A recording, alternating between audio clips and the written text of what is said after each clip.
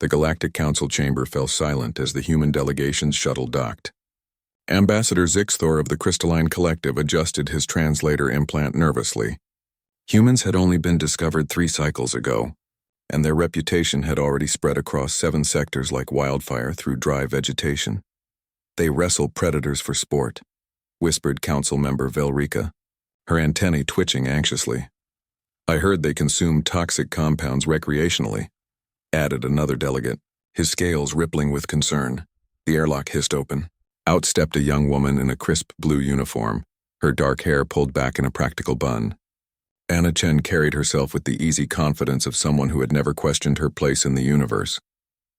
Behind her walked a tall man with sun-weathered features, Leo Martinez, her appointed guard, and beside them on a reinforced leash, waddled something that made half the council reach for their emergency evacuation buttons. Greetings, esteemed council, Anna said cheerfully, her translator rendering her words in perfect galactic standard. I'm Anna Chen, Earth's diplomatic representative. This is Leo Martinez, and this, she gestured to the black and white creature snuffling at the polished floor, is Brigadier Fluffington III. Zixthor's crystalline form pulsed with confusion. That is, a companion animal. He's a honey badger, Anna explained as if this clarified everything. It did not.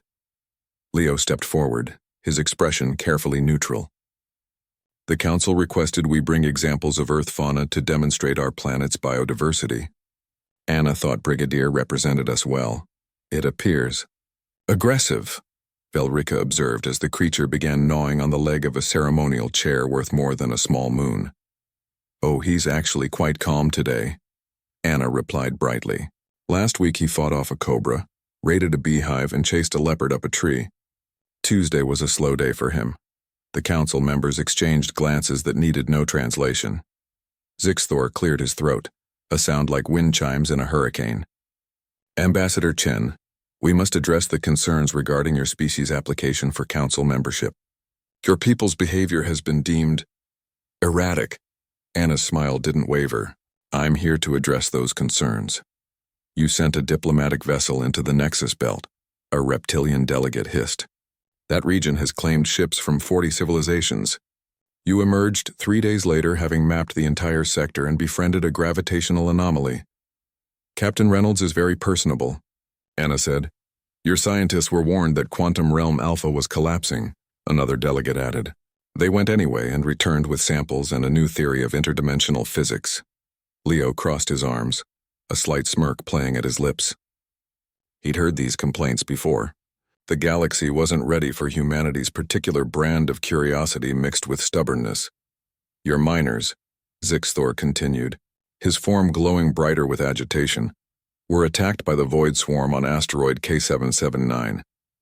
Instead of retreating as any sane species would, they domesticated the swarm and now use them for excavation work. The swarmies love their new jobs, Anna interjected. We pay them in mineral deposits and they get dental. They don't have teeth. Not anymore, no.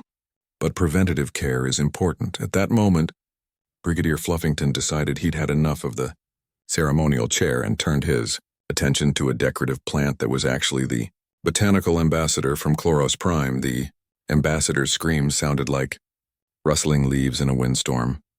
Leo moved with practiced efficiency, scooping up the honey badger before any real diplomatic damage occurred. Sorry about that, Ambassador. He thinks everything is either food or a challenge. Much like humans, muttered a delegate in the back row. Anna heard it. Her smile sharpened. May I address the council's real concern? Zixthor gestured for her to continue. You're not worried that we're reckless, Anna said, her voice calm but carrying an edge like steel wrapped in silk. You're worried that we don't understand fear the way you do, that we look at danger and see possibility, that we've climbed from a death world full of creatures that wanted to eat us, and instead of running, we tamed them, befriended them, or ate them first. The chamber was utterly silent now. You're right to be cautious, Anna continued, walking slowly around the semicircle of delegates. Leo followed at a respectful distance, Brigadier Fluffington now calm in his arms. Humans are impulsive. We're curious to the point of stupidity. We bond with creatures that want to kill us. We see certain death as more of a suggestion than a rule. She stopped at the center of the chamber. But you've read our history. You know what we're capable of when threatened. When the Kryn raiders attacked the mining colony on Kepler 442b last month, they thought they'd found easy prey. Unarmed civilians, they assumed. Velrika's antennae drooped. The entire galaxy had heard about Kepler 442b. Those miners fought back with mining equipment, improvised explosives, and sheer spite, Anna said quietly. They held the line for 16 hours until help arrived. Because that's what humans do. We don't surrender when the odds are against us. We get creative. Leo set Brigadier Fluffington down, and the honey badger immediately went to investigate a delegate's briefcase.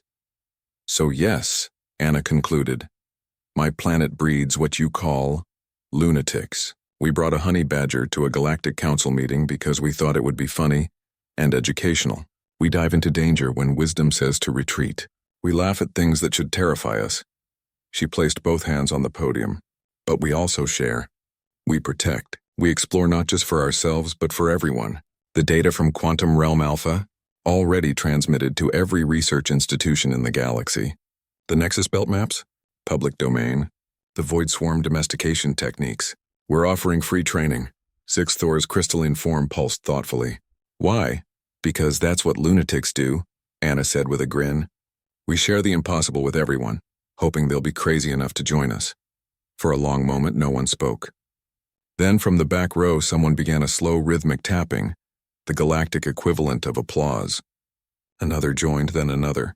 Even Sixth Thor eventually conceded. The council will deliberate your application, Ambassador Chen, though I suspect the vote is merely a formality now. As Anna and Leo prepared to leave, Velrika approached cautiously. Ambassador, a question, if I may? Of course. Why a honey badger specifically? Anna's smile was luminous. Because council member honey badgers don't care. They face every challenge with absolute confidence and zero regard for whether they should.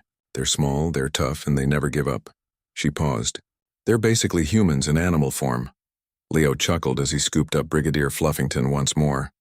Plus, they're weirdly cute. As the human delegation departed, the council chamber buzzed with activity.